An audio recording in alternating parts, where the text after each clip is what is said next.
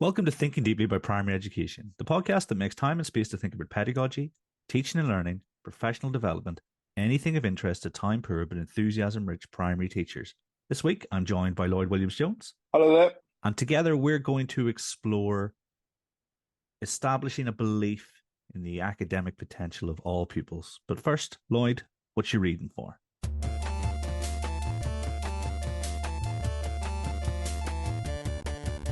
Hey, what you reading for? So this week, and over the last couple of weeks really as well, I have been reading a document that Kent County Council produced, which the local authority produced, which is called the Mainstream Core Standards. Now, this is a document which serves to support teachers and staff in Kent with supporting children who have special educational need or further need in education. And it's actually an excellent document, which goes through all the four main areas of SEND need. And it goes through some really excellent practical advice around supporting children with specific need. Now, it's not an area of my expertise, I'll be honest. And it's something that I always know I try to work hard to further myself in widening my perspectives and trying to go a bit deeper around how to really ensure that we support children with SEND. And this document is superb. It's an absolutely superb piece of work. And from my understanding, there are not many other local authorities in the country that have this. Kent are actually way ahead of the game on this, because I think with the Green Paper, they suggested that local authorities are, and provisioning across England were to create, or there was going to be some sort of creation of a document of this ilk to support schools with provision on the ground. Now, we know it's a slightly hot, contested topic at the moment, isn't it, around SEND in schools and how schools are being supported to deal with more challenging need. And this document is an excellent way of doing it. It's freely available, so you don't have to be in Kent to access it. You just Google Mainstream Core Standards Kent. You'll get hold of this document very freely available as a PDF. It's about sort of 50, 60 pages, but it is a stonker of a document. And we work through. We have it as a running agenda on our SLT meeting every week, and we look at an area of it every week. So we keep SEND high profile, and we keep it at the forefront of what we're doing in schools and integrated as part of our practice. Kieran, what you reading for? Nice. That sounds excellent. And it's great to hear that they're ahead of the curve. Makes a delightful change. And so I'll definitely check it out. And I reckon school leaders with similar preoccupations will do too. Nice. It's a bit of a purple patch for education books at the minute. Responsive Coaching by the one and only Josh Goodrich. It's jealous. Yeah, I can send it across to you whenever I finish, because I'm going to finish it very quickly. And it's an excellent guide to anyone who's interested in coaching and really getting under the skin, but in a very practical way. So well worth checking out, because we know that Josh thinks really deeply about coaching, and this is a fine distillation. I think he was getting stick about how long it took him to write, but it was definitely worth the wait. He has been writing that a long time. I was speaking to him a couple of years back when he was like, "Oh, I'm going to write a book." So I do understand where the stick comes from. But hey, good things come to those who wait, right? And I think that is going to be probably up there with some of the seminal texts, certainly around coaching, because he knows his onions, does Josh. So we're going to explore a belief in all pupils. What does a belief in the academic potential of all pupils mean to you? I guess it fits quite neatly with what you're reading for there at the start. It's that word "all" that I focus on there is the really most important part of things. And I feel like, and dare I say it, some of the, we've had a massive shift, haven't we, in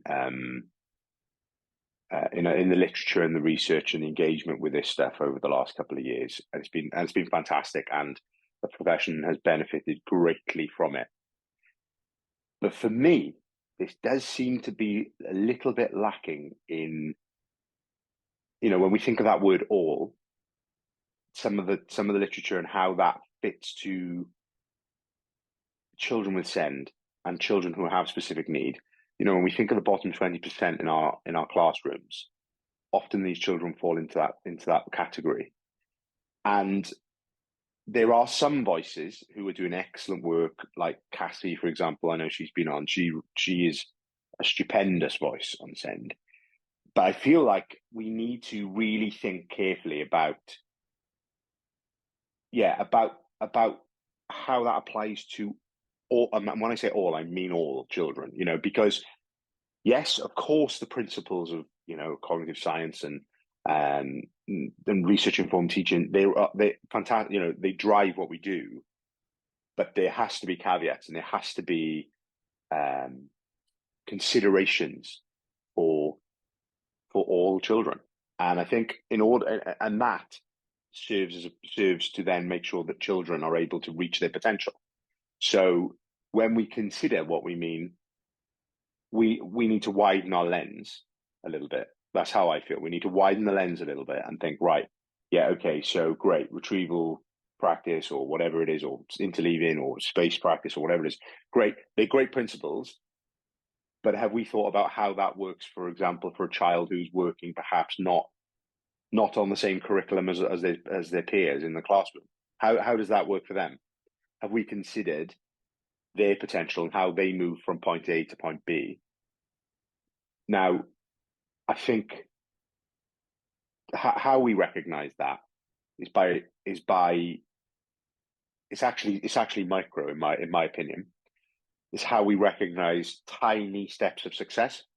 That's what recognizing potential in all children is for me. It's like, how do I see how to move every single child in this class on a bit every day?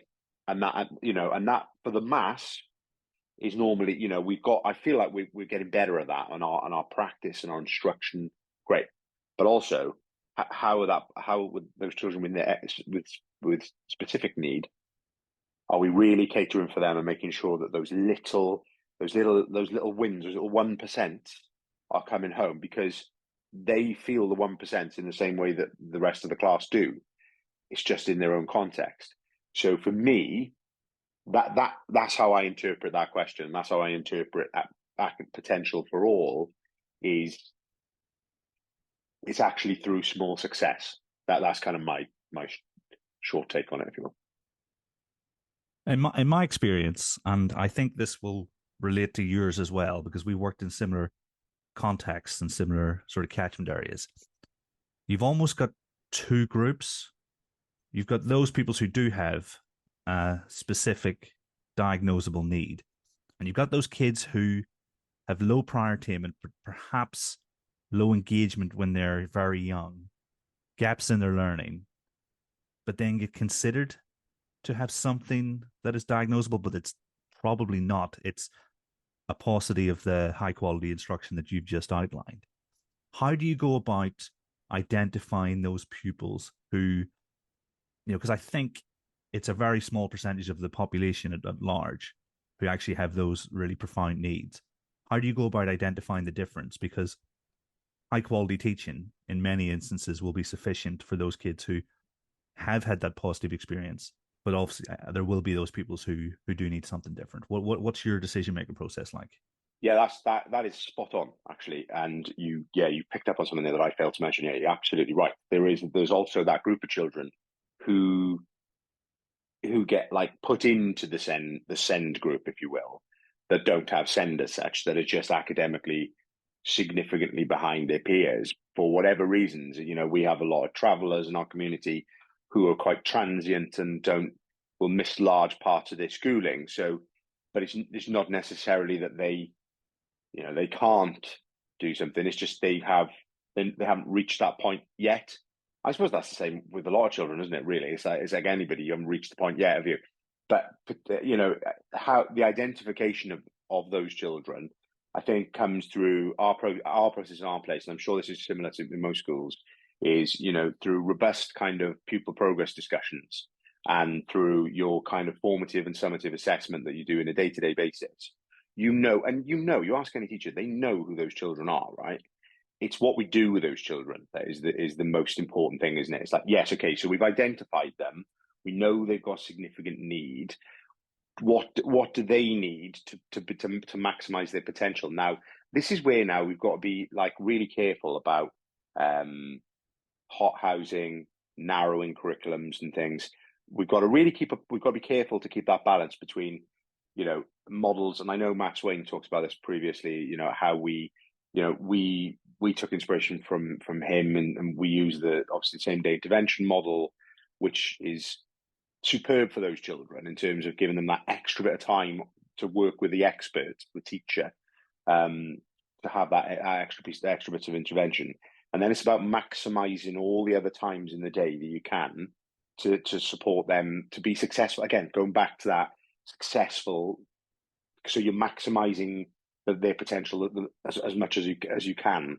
Because if we're being realistic, we are limited by the time that we have every day. We can only do so much in a day, and I think being real about this as well is important. That's not to say we're lowering our ambitions. It's just we need to be realistic about what we can achieve. And again, it's about, and I say that word achieve, linked back to that success, them feeling successful, leading to motivation, leading to reaching potential. So tapping into that precision teaching, on a daily basis. Now we're looking to really shift on our precision teaching, because that is a strategy. It's obviously a 10 strategy, but it's just a strategy for all children as well in terms of short, quick. It's retrieval essentially, isn't it? It's short, quick bursts of, it can be high frequency words, it can be bonds, it can be whatever it is that that child has gaps in, and trying to track that. And we use Insight. Insight's a tremendous data tracking tool because it can track literally whatever you want. So getting that, we're moving to integrate our systems even further and move all our kind of send stuff onto there, but also with those children that you just mentioned, they're identified on that system as well. And then we're able to see the small wins with them as well. Because often what we don't get with them in terms of reaching potential is we don't see the big grade changes so quickly, do we? In terms of like working at the expected standard for their age group or not.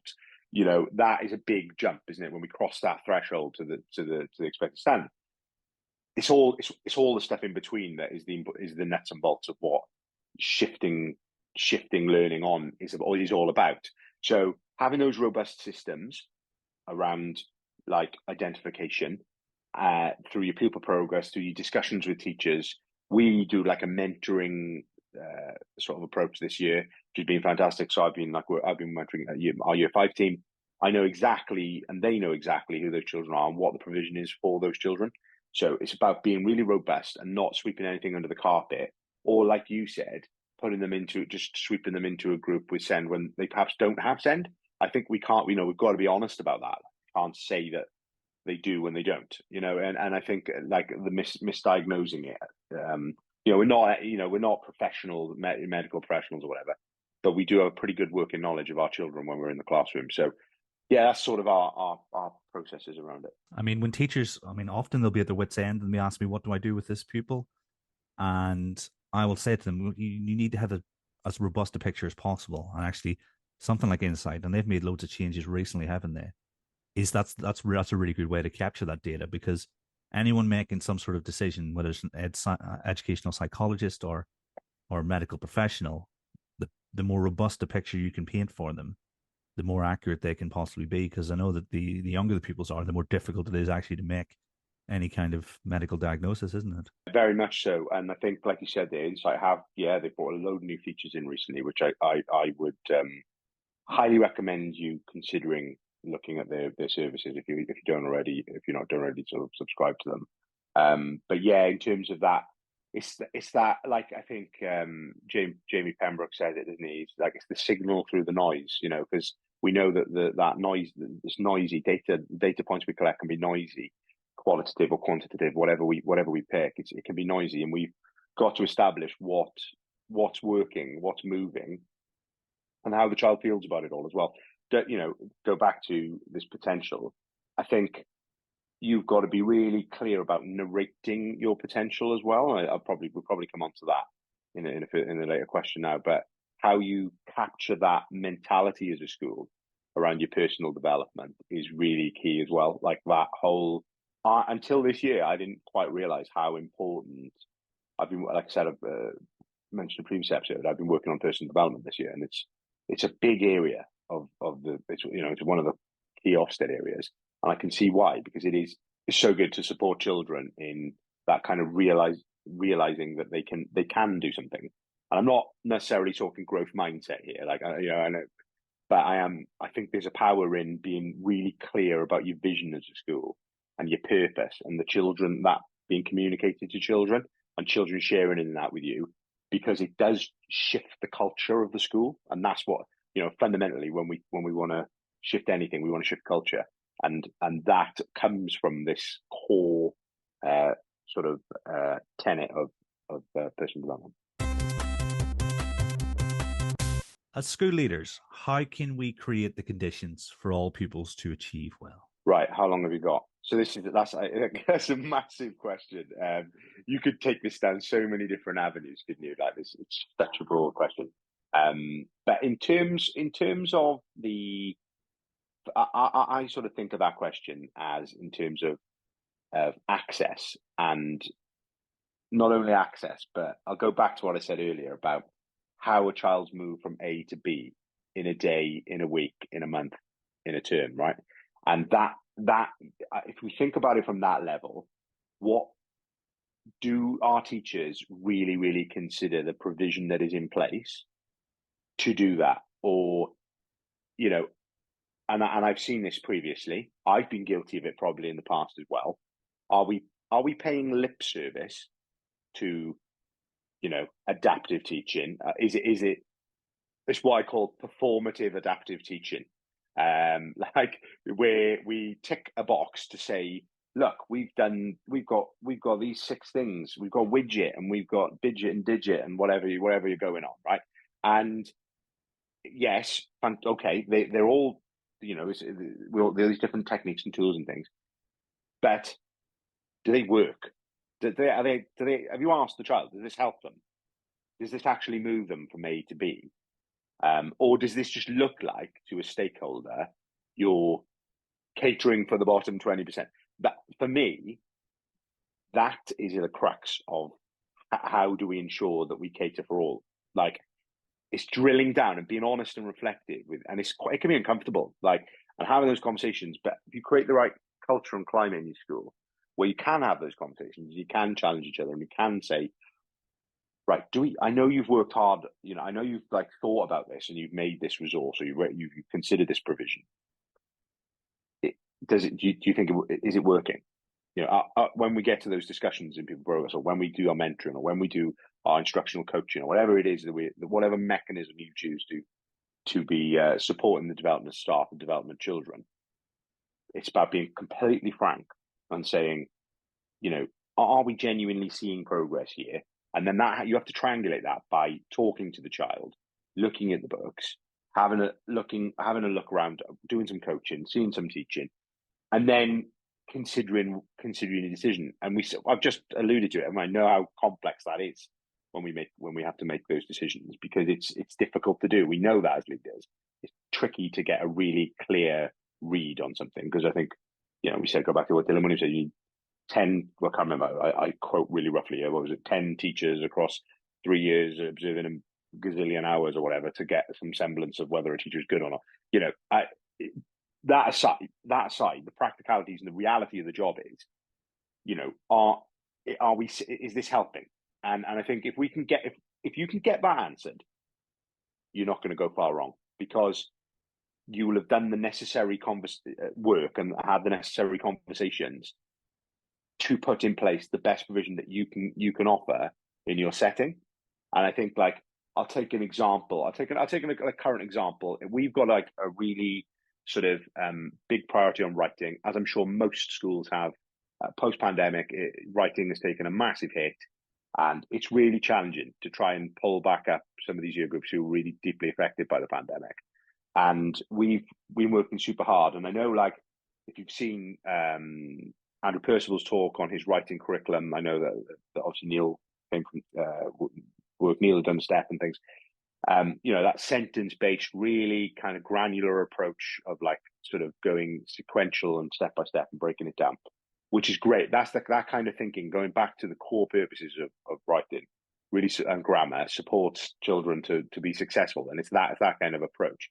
So like when we've been thinking about trying to support our some of our bottom 20% writers and trying to think about how they are accessing things, we've been working on really hard, and we've got another training coming up after the Easter holidays on our part of our professional development pathway around scaffolding and particularly fading, because, and I've talked about this before, again, when we look at that bottom 20%, when we look at how we provision for all children, how we make sure that all potential is achieved, well, the only way that happens in writing is if we know we have to put support in for those children. We have to put scaffolding in. So we've been using things like substitution frames, where they pick the correct word to form a sentence, but it's all given to them. And then, but what we haven't quite nailed yet, and this is where our next piece of training is coming in, is how that fading happens then out of it, because ultimately that's a support, that's scaffolding that we want to remove, and it's the removing of the scaffolding that is the most important part, isn't it?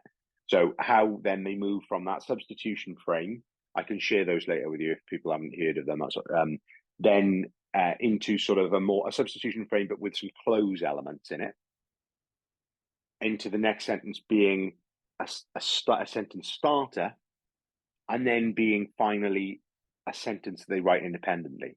So that structure of fading is bedded into ensuring that children feel success. And what we've had is two things. We've seen early, I've been working with a teacher to do this, and I've seen firsthand the impact that's had. There's two reasons. Three really. One, children feel success because they're like, where they really struggle to write sentences, perhaps in the past, or they're just doing a worksheet with a closed procedure on it, or they're doing something that has been, they're actually moving to getting to the part of the end of the lesson and be like, look, I just wrote that sentence. That's my sentence. They have an ownership over the success as well, which is fantastic. Two, the teacher allows a level of independence in those children, which we famously know you could spend the whole lesson with every day, all the time. They need to experience independence, and that's like one of our school values as well. In terms of like how that links to that, and how teachers then narrate that independence to the children. Say, you've done that on your own. You've got off and you've done that bit, and you've written your own sentence. Next time we're going to try and do two. And it's those small incremental things, building bit by bit by bit. The 1%. That's what.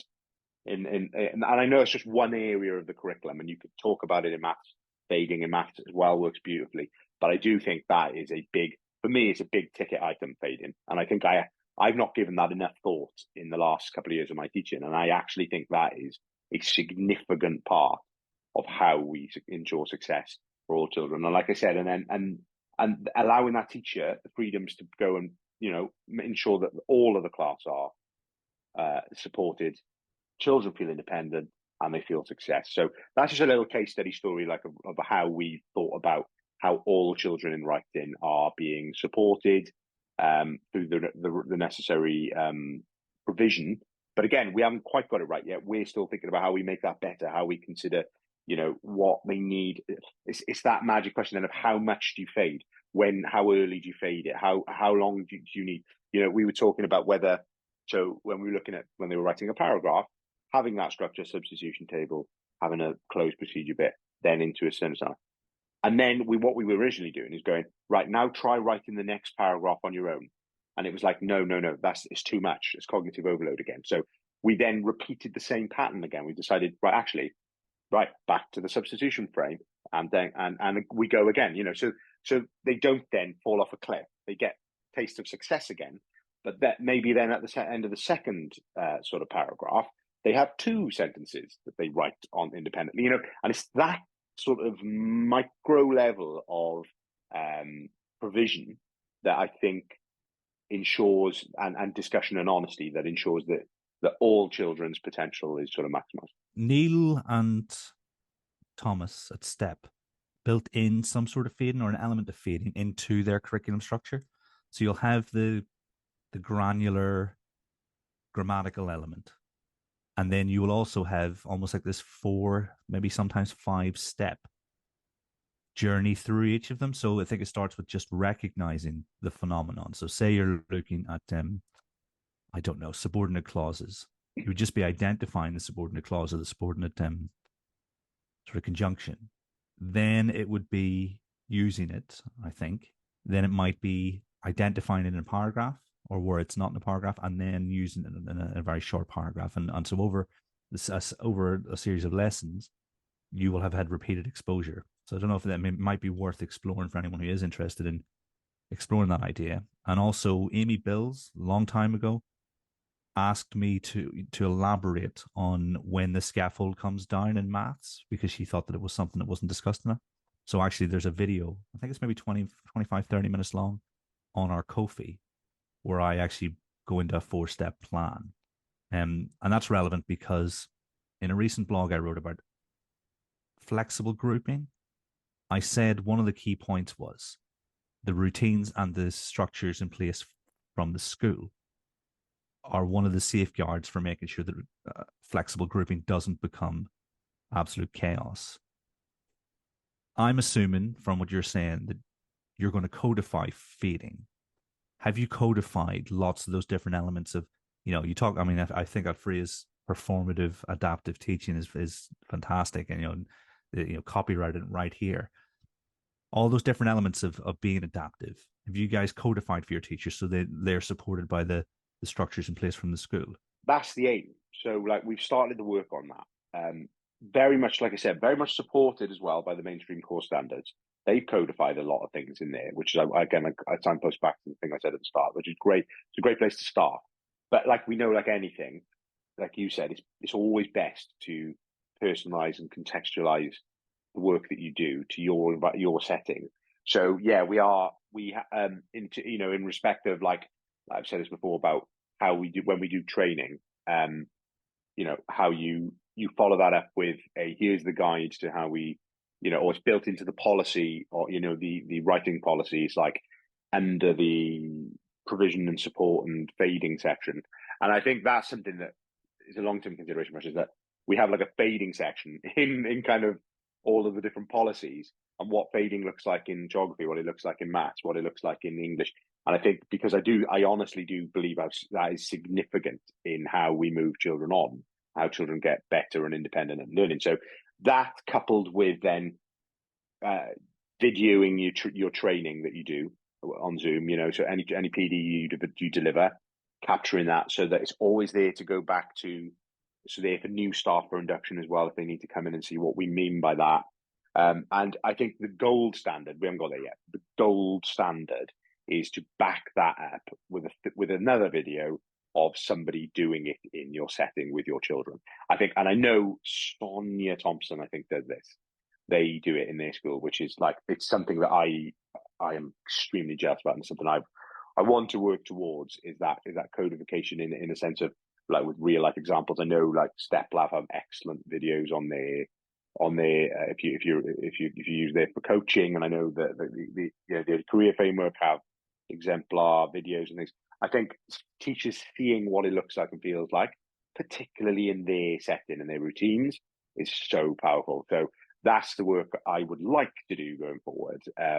But I would, if schools can do that, capture those things, have somebody who leads on compiling the centralized library that is available on SharePoint, that is available on wherever you want to watch it, I think there's an immense power in that, because what you can do as well is you can revisit those videos that I'm teaching and narrate over them and pause them and things and say, and I think that, we talk about metacognition in terms of supporting children, but it also supports adults. So, where we could stop, pause and say, right, at this point, I was thinking this and I did this because X, Y, there's just such power in that. And yes, that's the grand plans. We're not there yet, but that is the idea, I think, going forward. If you are a Microsoft school, I think one of the apps that you get is actually is somewhere is like a video repository. Because I remember before I finished my last project, I put everything I'd done somewhere for them for their induction, and it was I can't remember the name, but it had like a pink sort of picture for the app. And Yeah, I think I know the one. I've seen it. I don't know. I've clicked on it. It's the under the Office 365 suite, isn't it? Yeah, yeah, in the yeah. and you can add collections. You can see as a person who's recorded them Oh, how many nice. people have viewed it. So like I put all our early years training on there. So it was the framework had changed at the time. So we had 3 videos going through the key changes and what this meant for teachers. And then I could see when the early years team had engaged with it because we had a follow up meeting about what have you know because flex. I think it was pretty much mid pandemic, so we needed to be flexible in terms of when we engage with this. I will try and put it in the show notes or the even the description underneath if I can find out the name. But it's certainly for me, it's almost you could have different groups of videos and stuff. It's almost like it's all done for you. Whereas if you're a Google School or any other other things are available, I'm sure. I don't think there's a comparable outside of just having folders.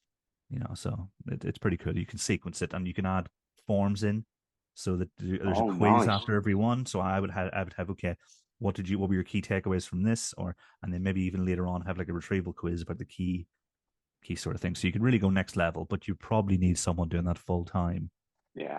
to because I'm pretty sure I did a lot of this when I wasn't allowed in classes because of bubbles. So when you've been teaching, you've been working with pupils who I think it's fair to say have experienced repeated failure over a number of years. How do you approach getting them to believe in themselves? Yeah. So I'll go back here to again. We talked about those. I've already talked about those small steps of success. So like tiny little wins to build. We know from Peps's work. Just read Peps's motivation book. I mean, that will give you everything you need to know on motivation and how to harness it. Um, in terms of the school sense, and part of that will be the norms, the beliefs, the culture that is in your school. And I think that's where this stuff really kicks in. So for me, like when I was in class, I was teaching and stuff, and even now when I teach, like when I'm teaching my maths group, I'm teaching readers on a daily basis. I've got reluctant learners in there as well. Children who find things really difficult. Your attitude and narration towards things is so important. Like it's how you speak to children about learning is massive. And I think we've got to be really careful about just those little things that we can say that we don't think that perhaps would ever have much of an influence off the bat. Much of an impact off the bat. But when you actually consider it all, adding in those little comments about things being hard or things being challenging or things, the way, oh yeah, right, okay, let's have a go with this again, or just every little phrase that you use with a child has an impact on them. And I think we've always got to remember that we do perform. Teachers step into a room and we perform, and even if often we feel something completely different to what we're saying, but that's part of the art of teaching, isn't it? That we are able to we control our output so that children receive a message from us that is really clear and is not mixed and consistent. And I think going back to that metacognition that I just talked about, I think like narrating as teachers, narrating all the time. And I know Chris has talked about this previously on podcasts as well, about how you can depressurize and you can, when you say to children, oh yeah, I couldn't do this before, but then but then I managed to, when I couldn't do this, they know that they feel they're not alone in because that can be a lonely place in a class as a child if you're not up with your peers, and they know they're not silly. They recognize often around them that there's children are doing things, getting further along, and so I think being really careful to narrate that. I'll pull back up that example that Chris gave before, which was fantastic, which is like, telling them that they're doing work above the age that they're that they are actually doing. It's like, oh well, this is actually year 6 worth. This, so, little things like that you can do. Narrating, like I just said there, about how you couldn't do it before, but now or when I was there, trying to relate to them, because they need to feel like that you really care, that they find something hard. And then that comes back to then celebrating those wins as well, wider. So like, again, having really strong systems and processes in your school for like pride and celebration. And I think those things, whilst yes, all right, we know realistically that I think Pep says about it, the long-term effects of dangling a carrot. We know that and ultimately isn't going to lead to, right, the work's going to be done. This carrot will make you do this maths work or whatever, rather than them being successful. However, and I think he does allude to this, and I have talked to him about this before, there is absolutely no harm whatsoever in a vision as a school and a celebration and a regular celebration of children and children's work. Something we've done recently as well is like, well, I hadn't done this before, and schools will do this, have been doing this for years, but like having a visualizer in your hall in your assembly, so that you put work under the visualizer so that all children can see that work, the whole assembly sees that work, like not just holding it up at the front, it's like really digging down into things as a school and so you're modeling that to the whole school, and then drawing out like the values that you can, like the determination and resilience and narrating those concepts to children, so what they are, so they really are like bedded into what you do, so that those children feel those things, and then when they get a determination award or they get it, they know what that is, and they relate to it and they connect with it. So and that is only going to help children's like perception of themselves. I just can't see that being a negative thing. All right, even if it's not getting the massive gains that but it's not that for me. It's not about that. It's about self-esteem, and like I think like that stuff builds self-esteem. It builds belonging to a community, and I think that's where I think as a school, if you put and do you know what? Actually, as a leader, I've learned a lot about that. Like, and I didn't put enough value on that prior to sort of the last couple of years. I now see how important that is to make sure that those things are really strong in your school, because it's that sense of team, that sense of community, that sense of we think these things are important. We all think these things are important. And creating those norms is so key.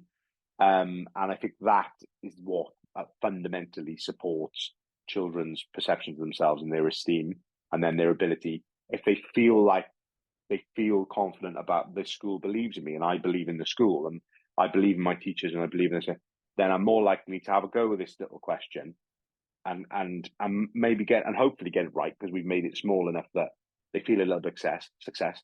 And then, okay, well, I'm going to do some more. I'm going to try, and all right, yeah, they may be operating way below their peers or not near the expected standard, but then they move and they move and they move. And like I said, go back to those 1% that then all add up, and all of a sudden you've seen significant progress from them in a year because of that picture all coming together, supporting the child as a whole, the whole school supports with it. I remember watching Amarbeer Singh Gill talking about some research into praise, and he said that pupils are able to sniff out, essentially. I'm really simplifying this. They could sniff out false praise. And so what you're talking about there, that this is relative to the pupil, but this is really accurate about their achievement, and this is what we prioritize, I think is probably the way to tread that line. Because if it was very much a case of they knew when praise was being handed out because they were the pupils who struggled, as opposed to they had achieved something. And so I think that's what you've outlined there, and having the visualizer in the hall helps you to avoid that, because you're saying, look, this is really impressive. And in particular, the fact that the group that I'm thinking about, those boys, GRT boys, you were teaching to read, they're not silly. They're going to sniff out that praise quicker than anybody else, or that false praise. They do not mess around. They know exactly what the sort of social construct in the class is, or even within a group. And if this is working for them, then I think it has a really strong chance of extrapolating out across the sort of the wider pupil population, because those boys will tell you straight, exactly how things are going. I don't know, you're not alone, but in my experience, there's no messing around, I don't think. Yeah, no, I think you're absolutely spot on. Yeah, very much needs to be integrated into what you do as a school. You know, you need to live and breathe those values, and they need to be part of what you do. Now, the piece of work I've been just working on recently is very much that we've got our pride values, we call them, and we've got we've started working on something called our pride moments, where each one of our, like, positivity, independence, determination, like each one of those is that we're going to set up a little sort of a award for each one of them, like a little sticker award that goes onto the book. That we've started to codify what that would look like. So for like an independence award, giving a load of different examples for teachers about what that actually looks like. I know that sounds ridiculous. Like, it's like, oh well, teachers should just know that off the top. But actually, unless you are explicit as a school and say, this is something that, you know, if a child that would do this, you know, look, take an example I gave around the writing. It's not just, they did a good piece of writing. It's like being really specific when you give praise to a child about what it is that they've done. Like, you know, this is the thing they struggled with and they couldn't do before. They used this thing and now they've done this, and so it's that kind of it's signposting exactly what they've done or what has been used or what the thing was that supported the child to get the award. That hopefully is only going to help to cement the kind of importance of the adaptation in the provision, and for the child seeing, oh, that thing really helped me. That was really good. I'm going to just keep trying to do that, you know? So I think, and then that comes back to, you know, more genuine praise rather than, because Abby is great. He's a lovely man. He's extremely well read. I caught up with him at a research ed back. And I haven't actually seen him speak yet, but I must see him speak the next one I get to. Because he's absolutely spot on there. We know what they will sniff it out, and particularly some of our community as well. They will sniff that out. So, I think you mitigate that by being really earnest and being really integrated and honest and sort of and genuine about your praise and approach, and specific with it as well. I think that supports that whole approach. Yeah.